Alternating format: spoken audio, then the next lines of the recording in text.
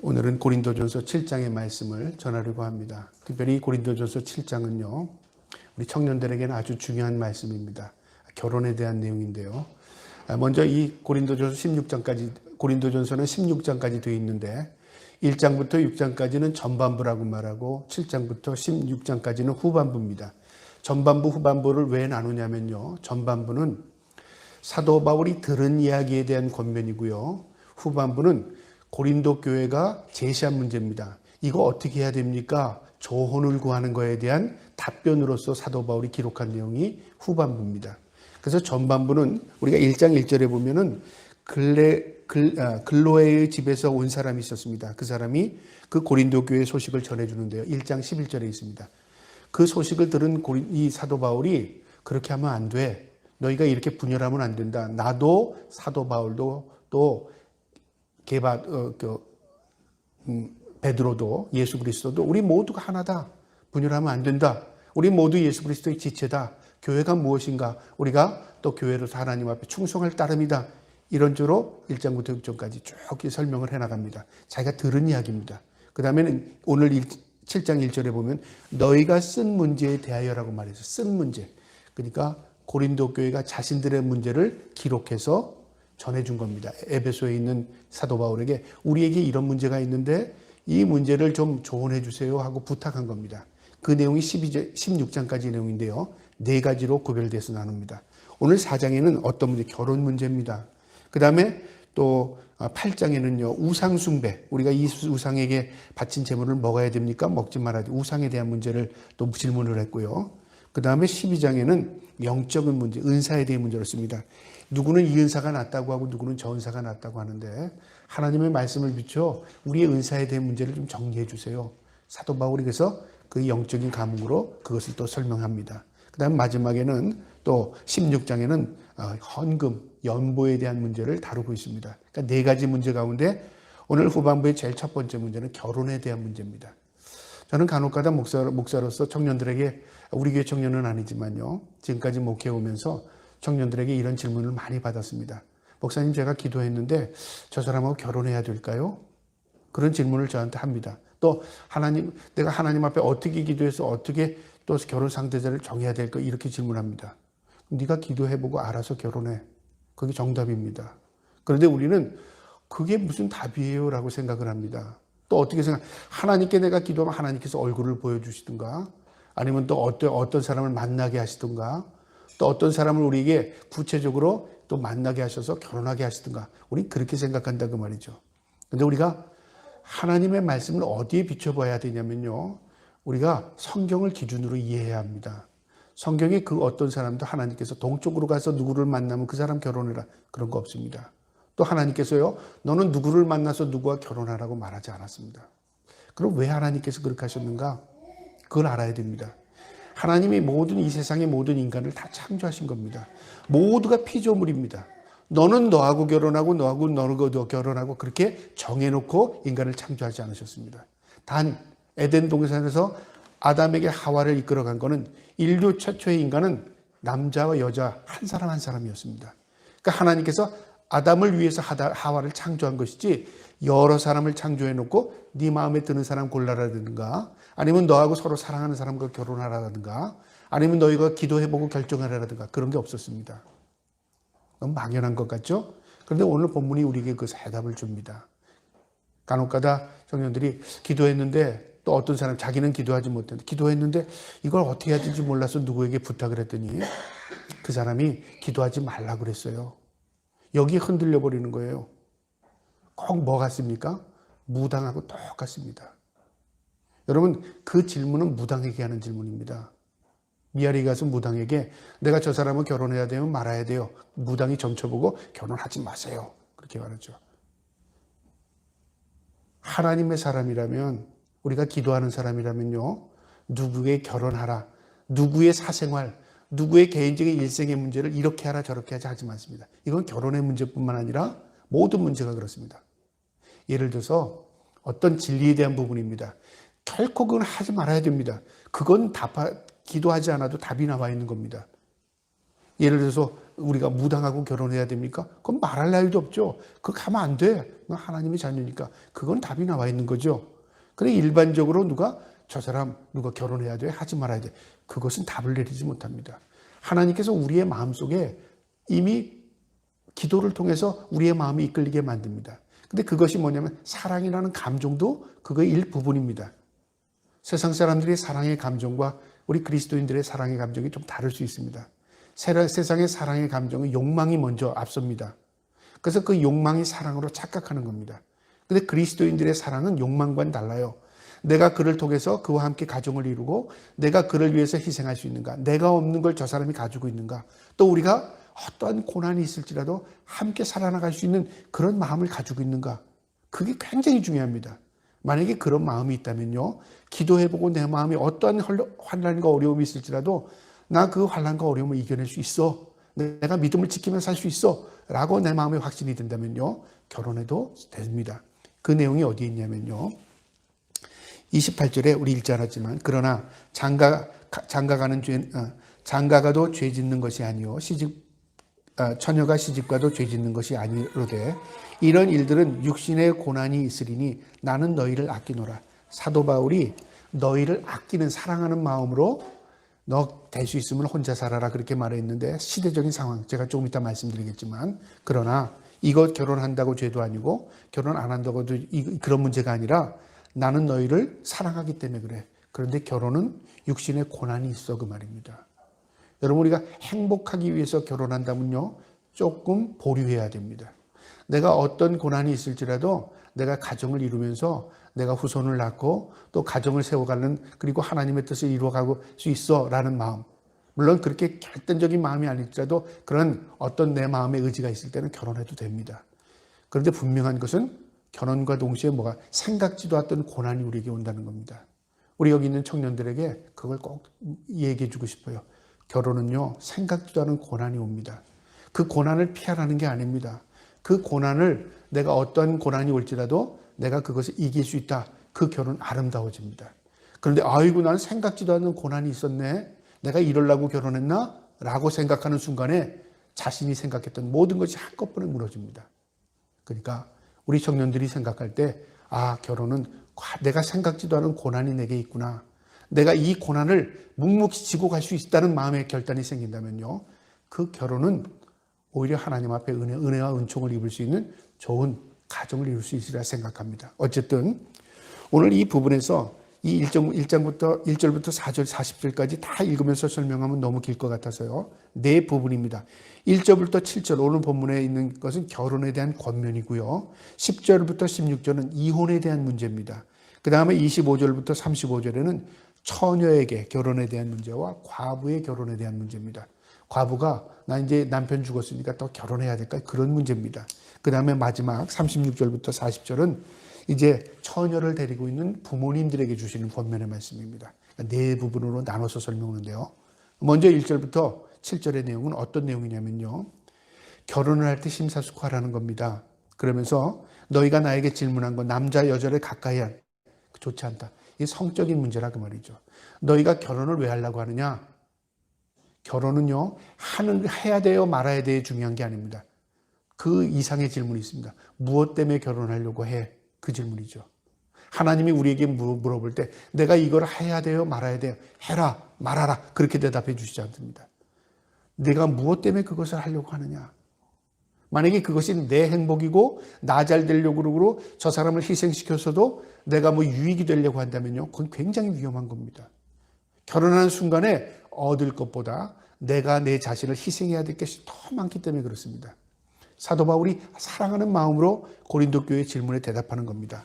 1절에 뭐라고 너에게 쓴 것에 대하여 말하면 남자가 여자를 가까이 아니함이 좋으나 이것은 뭐냐면 거리를 두라는 말이 아니라 성적인 가까움을 가까이 성적인 관계로 가까이 하지 말라는 겁니다.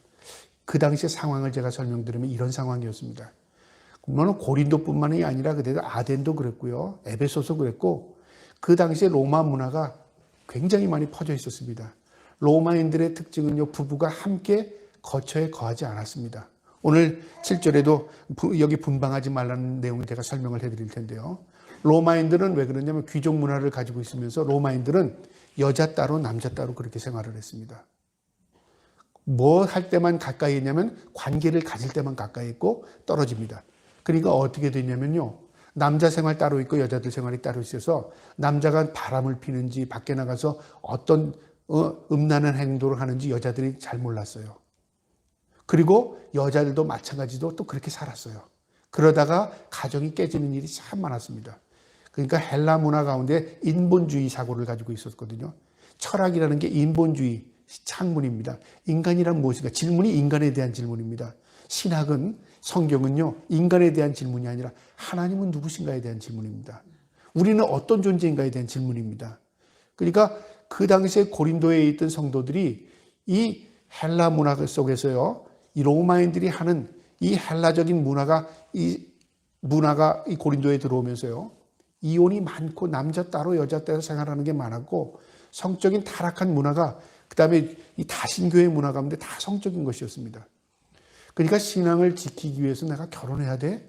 말아야 돼? 그런 처녀 총각들이 있었습니다. 그 다음에 또 이 결혼한 사람들 가운데 어떤 사람이 있었냐면 내가 예수를 믿다 보니까 내 남편하고 살기 싫어. 또 남자 가운데 내가 예수를 믿고 되니까 저런 여자하고 살기 싫어. 이런 사람이 있어서 이혼 문제에 대해 고민하는 사람들이 많았어요. 또 사람들이 자기 남편을 버리고 나서 이제 헤어지고 나서요. 여자들도 헤어지고 나서 저 사람은 내가 안 믿는 사람이었는데 내가 도저히 내 신앙 지키기 어려워서 헤어졌는데 그 다음에 또 믿는 사람을 만난 거예요. 내가 이거 결혼해야 돼 말아야 돼. 이런 고민들이 많았다는 거죠. 그러니까 가정이 극도로 파괴되는, 무엇 때문에 파괴되냐면 성적인 문화 타락 때문에요. 어떤 면으로 보면 오늘날과 비슷한 상황입니다. 오늘날 처녀 총각들 결혼하지 않는 사람들이 굉장히 늘어난답니다. 그래서 질문을 했더니 51%는 결혼할 생각이 없답니다. 반이 결혼할 생각이 없는 시대에 삽니다. 왜 그럴까요? 결혼해서 행복하지 않아서요? 물론 그런 문제도 있지만 내가 내 자신을 희생하고 싶지 않다는 거죠. 그리고 내가 오히려 억압된다는 생각을 오늘 젊은이들이 많이 하고 있기 때문에 그렇습니다. 그런 식으로 가정을 접근하면요, 가정 한 가정도 이루지 못합니다. 성경은 지금 무엇을 얘기하냐면요, 그 시대적인 상황 가운데 사도 바울이 권면하는 겁니다. 너희가 지금 남자와 여자를 가까이 하는 것, 그거 좋지 않다. 그것은 뭐냐면 결혼해도 문제고 결혼 안 해도 문제라고 말이죠. 그런 마음으로 접근하는 겁니다. 그러면서 2절에요. 음행을 피하기 위하여 남자마다 자기 아내를 두고 여자마다 자기 남편을 두라. 음행을 피한다는 건 뭐예요? 음란한 행동을 피하기 위해서 결혼하는 것, 그건 가능하지만 그러면 내가 내가 습성화됐는데 그걸 피하기 위해서 상대를 내 아내로, 상대를 내 남편으로 취하라, 그 말이 아닙니다. 그 당시의 고린도적인 상황이 그런 상황이었습니다. 그래서 내 자신을 지킨다는 게 굉장히 어려웠습니다. 은사에 속했어요. 그래서 결혼을 가지 않은 이 처녀 총각들이 세상에 있는 이 헬라 문화적인 이 로마의 집권 아래에 있던 문화들이 들어오면서요, 문란하게 생활을 한 겁니다. 다신교 문화 속에서 물론 그것을 죄의식을 갖지 않은 겁니다. 그래서 심지어는 그 당시 신학이 어떻게 변질됐냐면, 신앙이요, 몸은 타락한 것이기 때문에 몸이 구원받는 게 아니라고 생각했어요. 그래서 영혼은 거룩하게 지내면 영혼은 깨끗하니까 영혼은 구원받되 내 몸은 이 땅에서 사그러지고 썩어지는 것이기 때문에 내 몸뚱아리는 아무렇게나 해도 내 마음만 깨끗하면 돼. 그런 사고를 또 가지고 있었다는 거죠. 그런데 성경은 몸 따로 마음 따로 아닙니다. 만약에 인간이 몸 따로 마음 따로라면 몸이 죽고 그 다음에 영혼은 또 다시 또 심판을 받습니까? 우리가 영혼의 문제는요, 육체의 문제와 동일합니다. 내 육체가 더럽힌 것은 영혼도 더러워지는 겁니다. 사도 바울이 그래서 고린도 교인들의 질문에 답하는 겁니다. 여자는 남자를 가까이 하지 말라. 왜냐하면 음행 문제인데 너희가 그 음행을 너희가 힘들면 결혼해라, 그 말입니다. 그러면서 3절에 남편은 그 아내에 대한 의무를 다하고 아내도 그 남편에게 그렇게 하라. 그 다음에 의무에 대한 내용을 열면 결혼해라. 그런데 의무가 있다, 그 말이죠. 결혼의 의무. 결혼은 책임과 의무가 있습니다. 무엇에 대한 책임과 의무입니까? 남편은 그 가정을 세워나가면서 그 생계를 통해서 유지하는 거죠. 물론 아내가 그 일을 도울 수도 있습니다. 함께 할 수도 있습니다. 어쨌든 책임이 있고요. 의무는 뭐예요? 내 몸에 대한 의무도 있습니다. 책임에 대한 의무. 내 몸이 내 몸이 아니라는 거죠. 결혼하는 순간에 뭘까요? 나는 이런데 당신은 이런데. 이렇게 하다 보면요. 서로 뭐가 생기냐면 분열이 시작됩니다. 내가 결혼하는 순간에 내 몸이 내 몸이 아니야. 그걸 이해해야 됩니다. 그래서 배타적인 권리라는 게 있어요. 배타적인 것. 내 몸은 아니지만 상대의 몸이지만 내가 주장할 수 있는 권한이 있어요. 또 상대방이 나에게 그렇게 이해할 때 내가 그걸 들어줘야 될 책임이 있는 겁니다. 그게 몸에 대한 부분도 있는데요. 그것을 지금 사도 바울은 설명합니다. 그러면서 의무가 있는데 4절에 아내는 자기 몸을 주장하지 못하고 오직 그 남편이 하며 남편도 그와 같이 자기 몸을 주장하지 못하고 오직 그 아내가 하나니. 그 당시에 로마들은 어떻게 했냐면 관계를 가질 때만 합방을 했어요. 그리고 아내도 남편도 따로따로 생활했어요. 그러다 보니까 남자는 남자대로 여자는 여자대로 물란한 사회생활에 적응하고 물들어가요. 그러다 보니까 가정이 겉으로 보기엔 가정이라도 가정이 되지 않고 다 파괴되는 경우가 시간 문제라 그 말이죠. 사도 바울이 그것을 못 박는 겁니다. 네 몸이 내 몸이 아니야. 내가 남자에게 주장할 수 있고 또 남편은 아내에게 주장할 수 있어. 왜냐하면 네가 배타적인 권리가 있어 그 말이죠. 이 권리에 대한 부분입니다. 그걸 이해하지 못하면 어떻게 된다는 거예요? 가정은 온전히 세워지지 않는다 그 말이죠. 그러면서 6절에 서로 분방하지 말라. 다만 기도할 틈을 얻기 위하여 합의상 얼마 동안은 하되 다시 합하라. 이는 너희가 절제 못함으로 말미암아 사탄이 너희를 시험하지 못하게 하려 함이라. 사탄이 가정을 파괴하기 위해서 너에게 시험을 할 텐데 그것이 뭐냐면 분방이랍니다. 이 분방이 우리가 잘못 이해할 때 저도 청년 시절에 그렇게 생각했어요. 분방, 방 따로 쓰는 건 줄 알았어요. 근데 제가 히브리어를 보고 헬라어를 번역한 걸 보고 이게 아니구나라는 걸 알았어요. 이 분방이라는 게 뭐냐면요. 어떤 말이냐면 속이지 말라. 그 다음에 도둑질하지 말라는 거예요. 분방하다, 속이다, 도둑질하다. 아까 제가 로마인들의 상황을 얘기했죠. 왜 로마인들이 아내를 따로 기거하게 했을까요? 그게 편리하거든요. 그래야 자기가 마음대로 생활할 수 있는 것입니다. 편리함 때문에. 그러면 그 아내를 속이는 것이죠. 그 다음에 다른 것을 도둑질하는 겁니다. 영을 도둑질하는 거예요. 아내의 영을 도둑질한 거예요. 그래서 이 말의 의미는 분방하다는 말은 뭐냐면 거부하다, 별거하다 그 말이죠. 별거하다. 거부하는 거예요. 내가 아내를 거부하는 것이고 남편을 거부하는 것이 분방이에요. 근데 우리는 이걸 잘못 방 따로 쓰는 것으로 생각하잖아요. 그 말이 아닙니다. 오늘날 결혼을 하고서는요. 나이가 들면서 안 맞아. 그래서 별거하는 사람들이 굉장히 많아요. 따로 사는 사람들. 그렇게 하지 말라 그 말이죠. 우리가 비록 거처가 다를지라도 마음이 하나고 서로가 배타적인 권리와 책임과 의무가 있다 그 말이죠. 나는 저 사람을 위해서 저 사람은 나를 위해서 내 몸을 내 모든 정신적인 것 내 마음을 하나 해야 된다 그 말이죠. 그걸 지금 사도 바울은 이야기하는 겁니다. 분방이란 말은 방의 의미가 아니라 거부의 의미입니다. 그리고 완전히 따로 사는 것을 의미하는 겁니다. 그렇게 하지 말라. 그러면 어떻게 된다고요? 사탄이 튼튼합니다. 그런데 합의상 얼마 동안은 이 말이 뭐냐면요. 믿는 사람이라고 다 그러면 어떠한 상황도 예의치 않고 같이만 지내야 되고 함께 해야 되느냐? 그건 아니라 그 말이죠. 서로 합의상 내가 기도해야 돼요. 내가 따로 어떤 일이 있어서 어떻게 해야 돼요. 서로 이해가 가능하고 서로가 또 이해가는 범위 내에서 그렇게 할 수 있다 그 말이죠. 어떤 기간을 두고. 그러나 그 합의가 끝나면 다시 합치라 그 말입니다. 그러니까 이것은요. 서로 인격체라는 의미입니다. 남자도 나에게 배타적인 의무가 있고 여자도 나에게 배타적인 의무가 있다. 그것이 서로 남자와 여자가 동일한 입장에서 합의가 된 상태에서는 그렇게 할 수 있다 그 말이죠.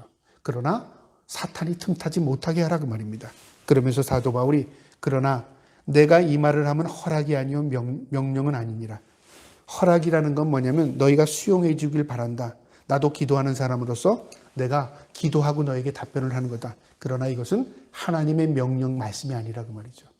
그러니까 사도 바울이 결혼에 대한 문제를 이야기할 때도 이렇게 하라고 명령적으로 얘기하지 않았습니다. 내가 생각하기엔 그렇다 그 말이죠. 왜 사도 바울이 이런 얘기를 하게 되냐면요. 자신이 그랬기 때문에 그랬어요.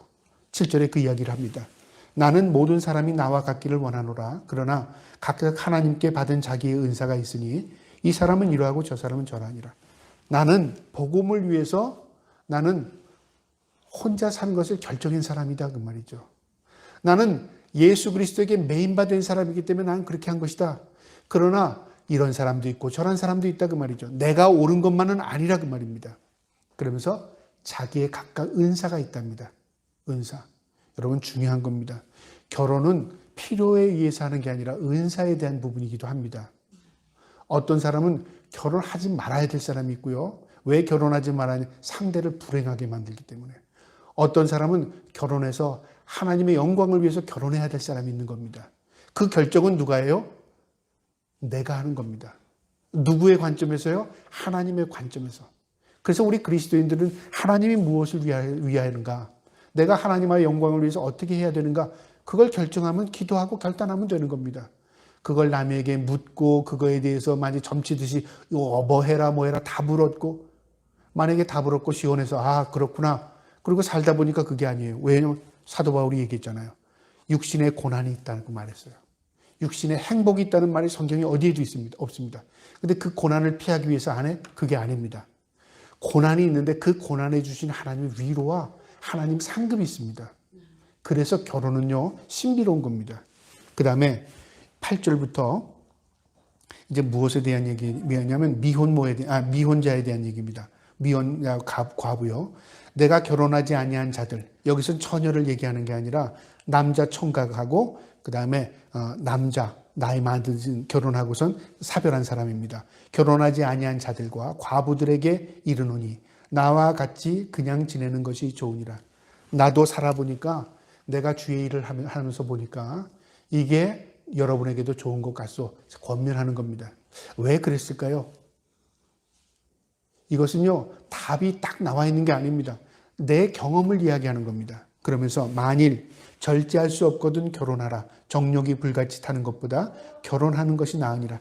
나같이 하는 것 좋으나 그러나 사람마다 각자의 은사가 다르니까 삶이 다르니까 네가 절제하지 못할 것 같으면 결혼해라.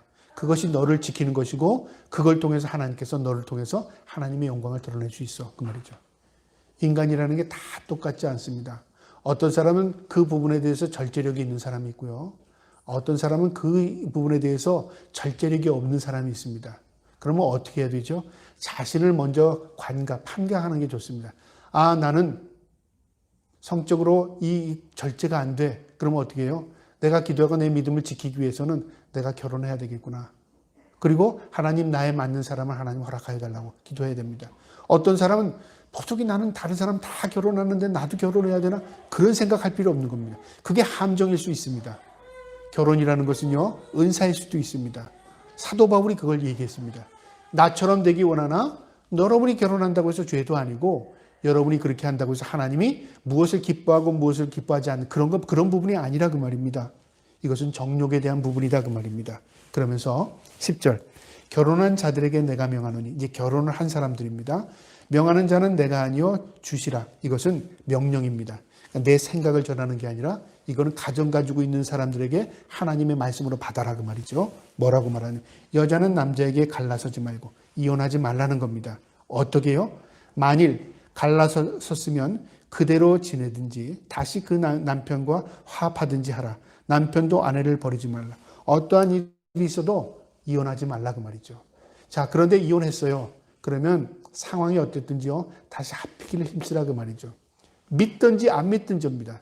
내가 믿는 사람이고 안 믿는 여자와 결혼했어요. 반대로 나는 안 믿는 남자고 믿는 여자와 결혼했어요. 살다 보니까 신앙이 달라서 서로 문제가 생겨서 헤어졌어요. 그러나 다시 합치랍니다. 신앙의 문제는요 우리가 신앙 때문에 그것도 핑계입니다. 무엇 때문에요? 우리가 주의 영광에 초점을 맞춰야 돼요. 왜 우리가 가정을 이루고 살아야 되는가? 그 초점을 거기에 맞추는 겁니다. 자, 그러면서 설명이 쭉 장구하게 나오는데요. 자, 왜 그래야 하냐면 12절에 그 나머지 사람들에게 내가 말하노니 이는 주의 명령이 아니라 만일 어떤 형제에게 믿지 아니하는 아내가 있으면 남편과 함께 살기를 좋아하거든 그를 버리지 말며. 이것은 내 명령, 주의 명령이 아니라 내 생각인데 어떻게 말하면 살다가 보니까 서로 신앙이 달려서 남편이 아내를 버리고 아내가 남편을 버렸다. 그럼 어떻게 하겠어요? 신앙이 달려서 서로 버림받은 건데. 자, 그러나 다시 합할 수 있으면 합해라 그 말이죠. 왜 그 문제가 생기냐면 그게 우리의 당대의 문제만 아니라 자녀들에게도 문제가 되기 때문에 그렇습니다. 자, 보세요. 14절입니다. 믿지 아니하는 남편이 아내로 말미암아 거룩하게 되고 믿지 아니하는 아내가 남편으로 말미암아 거룩해가 되나니. 그러니까 양방에 서로 믿는 사람 믿지 않는 사람이 결혼했는데 긍정적인 면으로 보면 믿는 사람 때문에 믿지 않는 사람이 믿음을 가질 수 있다 그 말이죠. 그래서 거룩하게 될 수 있다. 아주 긍정적인 부분입니다. 그러면 그 자녀도 또 믿음의 자녀가 되어서 하나님이 기뻐하는 거룩한 가정을 이룰 수 있다 그 말이죠. 그래서 긍정적인 면이 있다 그 말이죠. 그러니까 어떻게 될지는 우리 알지 못한다. 그런데 만약에 그런 사람들 헤어지면 그 문제는 어떻게 되냐? 자녀에게 미쳐요. 남편으로 말미암아 거룩하게 되나니 그렇지 아니하면 만약에 헤어져 버리면 너희 자녀도 깨끗하지 못하리라. 너희 자녀는 어떻게 돼? 여기서 깨끗하지 못하다, 구별되다, 거룩하다 그 의미인데요. 부모가 갈라서면 자녀는 어떻게 돼요? 상처를 입게 됩니다. 그 상처로 끝나는 게 아니라 뭐까지 생기다. 우리 부모가 옛날에 예수 믿었어. 교회 다녔어. 만약에 그것이 상처가 된다면 자녀는 평생 마음의 상처를 가지고 하나님을 가까이 하지 않으려고 할 겁니다. 이것은 우리의 문제만이 아니라 자녀의 문제도 된다. 그러나 이제 거룩하다. 그러나 너희는 지금 가정을 이루었으니 이미 하나님 앞에 거룩한 존재가 된 거야. 하나님이 너희 가정에 함께 하셔. 위로의 말씀입니다. 자, 그러면서 좀 더 설명하는데요. 혹 예를 든 겁니다. 15절에 믿지 아니하는 자가 갈리게 하라. 무슨 말이냐면 믿지 않는 남편이나 아내가 헤어지길 원하는 거야. 내가 당신하고 도저히 못 살아. 그러면 어떻게 하라고 해요? 구차하게 거기 매달리지 말랍니다. 형제나 자매나 이런 일에 구애될 것이 없느니라. 그러나 하나님은 평화 중에서 너희를 부르셨느니라. 너희가 구차하게 그렇게 매달리거나 아쉬워할 필요 없다. 그가 원하는 데 해줘라. 그러나는 뭐죠? 그러나 반대로 생각하면 하나님은 어떻게 해요? 너희가 평화롭게 가정을 이루고 살기를 원한다 그 말이죠. 어떤 상황 가운데서도 고난이 있는 거야. 너희가 헤어져서 다른 사람 만나도 또 그 고난이 있고 너희가 혼자 살지 않는 한은 그 고난은 너희가 짊어지고 사는 거야 그 말입니다. 그러면서 16절에 아내된 자야 내가 남편을 구원할지 어떠할지 알 수 없으며 남편 된 자여 내가 내 아내를 구원할지 어떠할지 알 수 없느니라. 신학자들이 이 부분을 대해서 두 가지로 견해를 갖습니다. 알지 못한다. 그 아내나 남편 믿지 않는 사람이 구원받을 때 너희가 어찌 알아? 그런 질문이 하나 있고요. 하나님께서 그 사람을 구원해 줄지 네가 어찌 알아? 그 말. 긍정적인 부분이 있습니다. 이건 양변이 다 맞습니다. 구원의 문제는 우리의 소관이 아니라 그 말이죠. 그러나 중요한 것은 내가 그 가정을 믿음으로 지켜나가면 그 고난을 이겨나가면 하나님께서 어떻게 하시냐? 그 사람을 구원할지 또 아닐지 우리는 알 수 없으나 하나님께 맡긴 가정이 된다 그 말입니다. 그러니까 결혼이라는 게 굉장히 힘든 거예요. 그러니까 사도 바울이 그 당시에 타락한 그 고린도 문화 속에서 성도들이 믿음을 지키기가 참 어려운 것 같아요. 특별히 이 아가씨들이, 이 처녀들이. 그래서 내가 너희를 사랑하는 마음으로 권하노니 결혼하지 말라 그 말이죠. 만약에 지금보다 앞으로 세상이 더 타락해지면 어떻게 될까요? 오늘날 교회마다 고민이 뭐냐면요. 남자 믿는 총각이 점점 줄어든답니다. 왜 그럴까요? 왜 그런 일이 벌어졌을까요? 그러다 보면 믿는 처녀들이, 믿음 좋은 처녀들이 결혼을 하고 싶은데 믿는 총각이 없어지는 거예요, 점점. 그래도 내가 결혼해서 좋은 믿음, 내가 그 사람에게 전수하면 되겠지. 그래서 결혼하면 어떻게 될까요? 그게 아닐 수 있다, 그 말이죠. 그러니까 중요한 건 뭐냐면 결혼 전에 서로 믿음으로 서약하고 우리가 결혼해도 하나님 믿기로 결정하고 그게 힘들지라도 우리가 믿음을 지키는 가정을 세우자 하고 결단하면요. 하나님이 그걸 보시고 그 가정을 축복하십니다. 그런 마음까지도 없고 내 생각으로 내가 결혼해서 좋은 믿음 내가 가지고 있으니까 좋게 알아서 믿겠지. 아닙니다. 우리가 하나님께 맡기는 거는 뭐예요? 우리가 내 마음이 그런 마음이 있는데 우리가 함께 그런 마음으로 그런 가정을 이루자 하면 하나님께서 어떻게 하세요? 그 가정을 통해서 복을 주시지 않겠습니까? 그러니까 사도 바울이 그걸 말하는 겁니다. 그러면서 17절에요. 이제 17절부터는 무슨 내용을 이야기하냐면 이제 17절은 권면입니다. 세상에 있는 사람들 가운데 부르심과 부르시지 않는 사람 다 종류가 다를 수 있다. 그 당시에는 헬라의 문화에는 할례 받은 사람이 있고 안 받은 사람이 있었고요. 또 종도 있었고 자유인도 있었고 귀족도 있었습니다. 그런 사람들이 교회 안에 다 들어오니까 신분의 차이가 다 달라요. 그러니까 믿는 사람으로서 내가 예수 믿으면 자유인이라는데 내가 왜 저 사람하고 달라? 그래서 그 사람을 대항하고 싶은 사람이 있고 내가 귀족인데 저 사람을 나하고 똑같은 신분이야? 무시하고 싶은 생각이 있다 그 말이죠. 안 그렇겠습니까? 신분이 다르니까. 또 할례 받은 사람은 우리가 구원받으려면 다 유대인들 할례 받았는데 저 사람들 할례 받지 않았네? 또 무시할 수 있어요. 그러나 사도 바울이 뭐라고 말하는 거냐면 너희의 부르심 그대로 합당하게 행하라. 내가 어떤 상태에서 종으로 선택받았던, 내가 자유인으로 선택받았던, 내가 귀족이든 내가 할례를 받지 않았던 어떤 그것이 중요한 게 아니라 하나님이 나를 부르신 그 상태에서 내 신분이 어떠하든 내가 믿음을 지키고 하나님 앞에서는 참된 자유인이라는 의식을 가지고 살아라 그 말이지. 그러니까 신분에 얽매이지 말고 하나님 앞에 구원받은 백성으로서 내가 하나님이 보신다 하는 마음으로 믿음을 지키며 살아라 그 말이죠. 그래야 너희 세상 지킬 수 있어 그 말입니다. 그러면서 23절에 볼게요. 너희는 갑으로 사신 것이니 사람들의 종이 되지 말라. 너희는 이미 구원받기 위해서 하나님이 핏값으로 너희를 산 거야. 너희 대속의 죽음을 죽은 거야. 그러니까 너희는 이 세상에서 신분이 있을지 모르지만 하나님 앞에서는 아무 신분이 없어. 모두 하나님 앞에 택함받은 거룩한 백성이야 그 말이죠. 그러면서 26절에 형제들아 너희는 각각 부르심을 받은 그대로 하나님과 함께 거하라. 어떠한 상황에서 구원받았든지 하나님과 늘 동행하는 삶을 살라. 그렇게 말합니다. 자, 그 다음에 25절부터는 처녀에게 대한 내용입니다. 잘 들어보세요. 처녀들에게 뭐라고 말하는지. 처녀에 대하여는 내가 주께 받은 계명이 없으니 사도 바울도 기도를 통해서 응답을 받거나 어떤 하나님의 말씀을 통해 계시받은 게 없다 그 말이죠. 주의 자비하심을 받아서 충성스러운 자가 된 내가 의견을 말하노니 자기의 생각, 의견을 제시한다 그 말이죠. 그러면 사도 바울이니까 우리하고는 달라 그게 아니라 사도 바울이 끝에 뭐라고 말하냐면요. 나도 기도하는 사람이다. 나도 하나님의 영을 받고 전하는 사람이라고 말합니다. 그래서 내 말이 내 개인적인 생각이지만 참고해 주기 바란다 그 말이죠. 이것은 그 당시의 상황입니다. 그러면서 26절에 내 생각에는 이것이 좋으니 곧 임박한 환난으로 말미암아 사람이 그냥 지내는 것이 좋으나 그 당시에 무슨 생각을 가지고 있었냐면 세상이 너무 타락하니까 성경을 아는 사람들이 이제 주님 오실 때가 다가왔구나. 요한계시록을 보면 그 당시 요한계시록이 써지지 않았지만요. 그 이후에 이제 책으로 됐지만 사람들의 의식 가운데 무슨 생각이에요? 세상이 타락하면 주님이 온다는 의식을 가지고 있었어요. 오늘날 우리도 그렇잖아요. 세상이 타락하면 주님 오실 때가 다 됐네. 부모가 자식을, 자식이 부모를 막 죽이고 또 해하고 이런 일들을 보면 세상 말세야 말세 그 말 하잖아요. 세상이 극도로 타락해지면 세상 심판받아야 마땅하다 이런 생각이 든 거예요. 그 당시에 너무너무 성적으로 타락하니까 믿는 사람들이 하나님의 심판이 오겠구나 그런 생각을 한 거죠. 사도 바울도 그 생각을 했던 것 같아요. 그러다 보니까 이 처녀들이 안타까운 거예요. 저 사람들이 또 결혼을 해서 또 고난을 당하고 그 가정을 지키기 위해서 애쓰는 걸 생각하니까 자신들의 믿음도 흔들릴 것 같아. 그러니까 사도 바울이 내 생각인데 너희가 잘 들어봐라 그 말입니다. 세상이 이 임박한 환난의 시대에 우리가 살고 있다 그 말입니다. 그러면서 27절에 내가 아내에게 매였으나 노이기를 구하지 말며 아내에게 놓였으나 아내를 구하지 말라. 너희가 지금 결혼했던 결혼 안 했던이 중요한 게 아니라 무엇에 대해서 매이거나 그 무엇에 해방되려고 그런 생각하지 말라.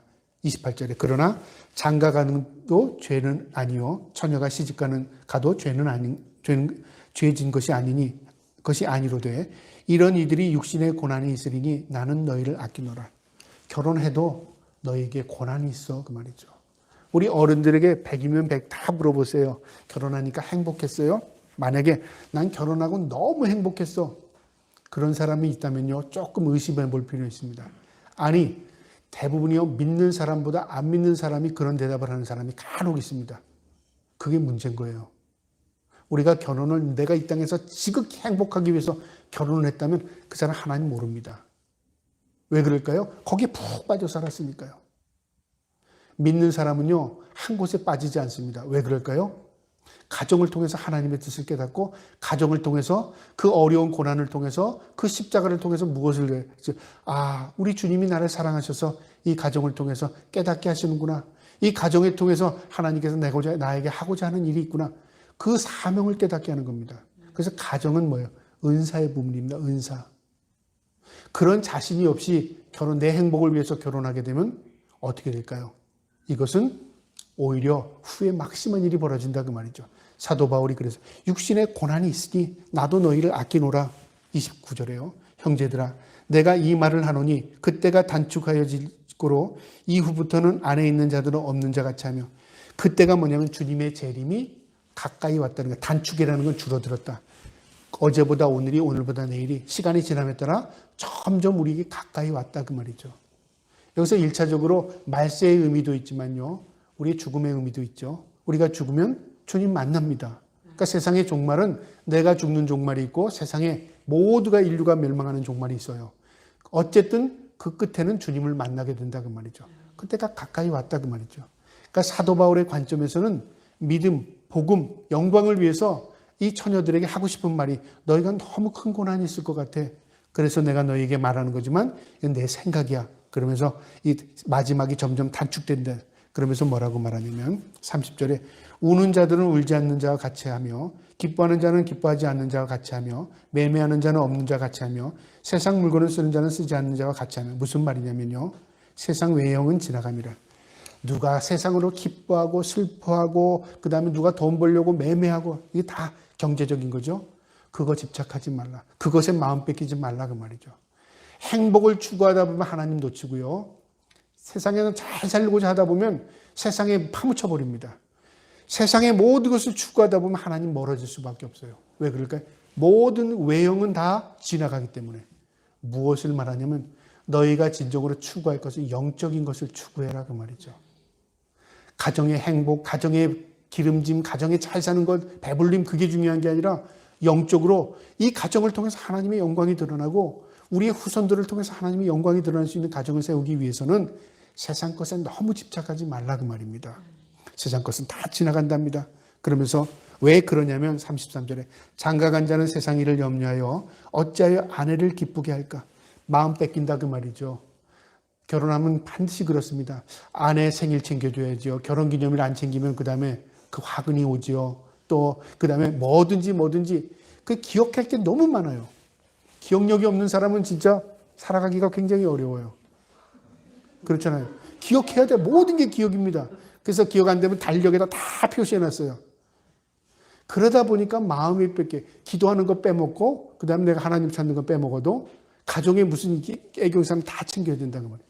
마음 뺏길 수밖에 없다 그 말이죠. 하나님이 그러면 안 된다는 게 아니라 그런 상황이 이루어진다 그 말이죠. 그러니까 내가 너를 아끼는 마음으로 한데 그런 마음이 있는 줄 알라 그 말이죠. 34절에 마음이 갈라지며 시집가지 않은 자가 처녀는 주의 일을 염려하여 몸과 영을 다 거룩하게 하려 하되 시집간 자는 세상 일을 염려하여 어찌하여 남편을 기쁘게 할까 하노라. 마음이 분열될 수밖에 없다 그 말이죠. 그거 알아라 그 말이죠. 그럼 챙겨주지 말아라. 너희가 잊고 살아라 그 말이 아니라 그만큼 가정을 이루기 위해서는 가정에 대한 부담도 가지고 살아야 된다. 만약에 너희가 그럴 책임, 그런 자신이 없다면 너희가 결혼하지 않고 사는 게 오히려 내가 생각하기엔 좋을 듯하다 그 말입니다. 그러면서 35절에 내가 이것을 말하면 너희의 유익을 위하며 너희에게 올모를 놓으려 함이 아니니 오직 너희로 하여금 이치에 합당하게 하여 흐트러짐 없는 주를 섬기게 하려 함이라. 무슨 말이냐면 내가 너희를 어렵고 힘들어 함정 팔려고 하는 거 아니야. 너희를 위한 것이고 너희가 하나님 섬기는 일에 부족함 없게 하려고 하는 내 사랑하는 마음인 줄 알아줘 그 말이죠. 이 개인적인 생각을 이야기한 겁니다. 그 다음에 마지막 36절부터 끝절까지는요. 이제 결혼할 처녀를 둔 부모들에게 하는 얘기입니다. 어떤 얘기냐면요. 36절에 그러므로 만일 누가 자기의 약혼녀에 대한 행동이 합당하지 못한 줄로 생각할 때 그 약혼녀의 홍기도 지나고 그같이 할 필요가 있거든 원하는 대로 하라. 그것이 죄 짓는 것이 아니니 그들로 결혼하게 하라. 부모의 입장에서 내 딸이 내 아들이 약혼을 한 사람이 있어요. 근데 내가 생각하면 시대가 너무 악하기 때문에 그 결혼 파해. 결혼하지 마. 그래 버리면 어떻게 돼요? 계속 지나가는 겁니다. 아니 내년에 해. 상황 보고 해. 그러다 보면 약혼하고선 결혼도 못해요. 그렇게 하지 말라 그 말이죠. 결혼해도 된다 그 말이죠. 약혼을 했고 약속을 했으면 결혼하게 되는데 부모 입장에서 결혼을 시켜라 안 시켜가 아니라 당사자에게 물어봐라 그 말입니다. 당사자의 의견이 그만큼 중요하다 그 말. 부모가 주관하지 말라 그 말입니다. 그러면서 36절에 그러나 그의 마음을 정하고 그가 누구의 당사자입니다. 또 부득이한 일도 없고 자기 뜻대로 할 권리가 있어서 그 약혼녀를 그대로 두기로 하여도 잘하였느니라. 그 마음에 자기 뜻대로 권리. 무슨 말이냐면 나는 결혼 안 하고 내가 혼자 살래. 그 사람 그가 뜻대로 해라. 난 결혼할래요. 그러면 생각해서 결혼하게 해라 그 말이죠. 해도 되고 안 해도 된다 그 말이죠. 무엇 때문에 이런 말을 할까요? 그게 중요하지 않다 그 말이죠. 하고 하지 않는 게 중요한 게 아니라 무엇 때문에 결혼해야 되는가를 이야기하고 싶은 겁니다. 무엇 때문에요? 하나님의 영광을 위해서. 그 말입니다. 38절의 중요한 말씀입니다. 그러므로 결혼하는 자도 잘하거니와 결혼하지 아니하는 자도 더 잘하느니라. 해도 잘하고 안 하는 자도 더 잘했다 그 말이죠. 39절에 아내는 그 남편이 살아있는 동안에 매여 있다가 남편이 죽으면 자유로워 자기 뜻대로 시집갈 것이나 주 안에서만 할 것이냐. 이 재혼 문제입니다. 결혼했는데 남편이나 아내가 먼저 세상을 떠났어요.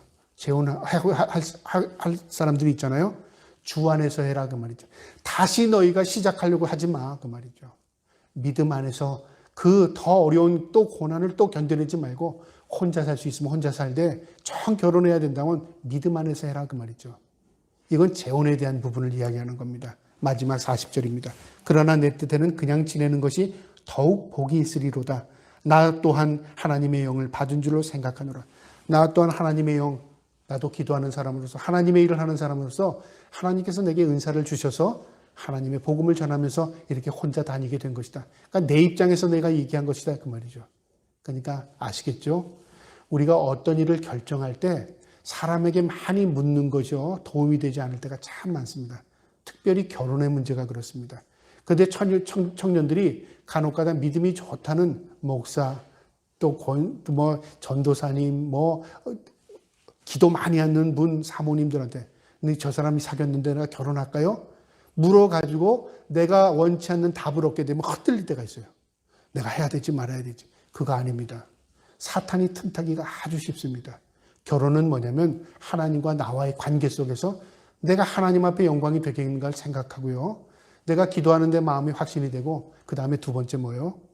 내가 저 사람을 사랑할 수 있는 자신이 있을 뿐만 아니라 내가 저 사람과 함께 가정을 이루어서 내가 고난을 이겨낼 수 있다. 내가 어떠한 고난도 저 사람을 통해서 함께 고난을 같이 짊어지겠다는 마음의 자세가 되면요. 결혼하십시오. 그러면 어떻게 될까요? 그 고난도 이겨나갈 수 있을 뿐만 아니라요. 그 가정을 통해서 주시는 큰 복이 있습니다. 그러니까 어떤 사람은 나 결혼 잘했다는 사람이 있고 어떤 사람은 결혼 못했다는 사람의 차이가 뭘까요? 생활의 여유가 아닙니다. 물질적인 여유가 아닙니다. 뭐냐면요. 그 마음에 참잠하게 드는 위로가 있기 때문에 그렇습니다. 위로가 있고 평안이 있고 안식이 됐으면 나 결혼 잘했다고 생각하고요. 내 마음이 불안해지고 내가 이러려고 결혼했다 그런 마음이 들게 되면 결혼 못한 거죠. 그러니까 결혼 잘하고 못하는 상대가 아닙니다. 성경은 이런 사람하고 결혼하면 좋다라는 말이 없습니다. 그건 세상적인 얘기입니다. 중요한 건 내가 그 사람과 어떤 마음으로 살아가느냐가 중요한 겁니다. 고난을 짊어지고 그 고난을 통해서 가정을 이루려고 한다면 그건 잘한 것입니다. 마지막 결론의 말씀이 바로 그겁니다. 우리의 인생에 무엇을 하느냐 그거 중요하지 않습니다. 무엇을 했느냐가 아니라 내가 어떤 마음으로 했느냐가 중요합니다. 이 질문은 결혼에도 똑같습니다. 내가 결혼을 하는 것, 안 하는 것 그거 하나님 묻지 않습니다. 무엇이요? 네가 하나님의 영광을 위해서 가정을 세웠느냐? 네가 네 이익을 위해서 남을 이용하려고 결혼했느냐? 그거 중요한 겁니다. 가장 가치 있는 것은 우리가 평가하는 게 아니라 하나님이 평가하십니다.